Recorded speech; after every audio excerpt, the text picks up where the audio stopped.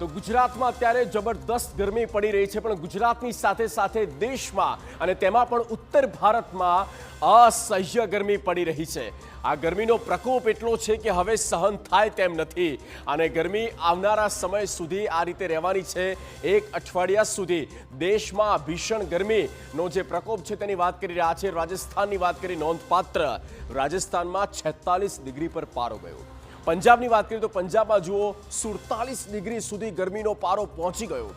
ઉત્તર પ્રદેશમાં એનાથી પણ વધારે, યુપીમાં 48 ડિગ્રી। આ ભારતનો સૌથી કોઈ વધારે ગરમ રાજ્ય રહ્યું હોય તો તે છે ઉત્તર પ્રદેશ।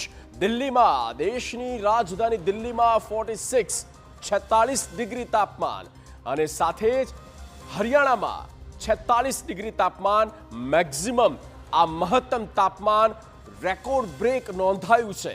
આ ઉત્તર ભારતનો ચિતાર આપને ખાસ આપી રહ્યા છે, જ્યાં નોંધપાત્ર તાપમાન નોંધાયું છે અને ઉત્તર પ્રદેશની સાથે આપણા રાજ્ય ગુજરાતમાં 42 ડિગ્રી તાપમાન આજે રહ્યું। મેક્સિમમ જે પારો છે તે 42 ડિગ્રી સુધી ગયો। 1 કે 2 ડિગ્રીનો અહીંયા ઘટાડો ગુજરાતમાં ચોક્કસ દેખાય છે, પણ એટલી મોટી રાહત દેખાતી નથી।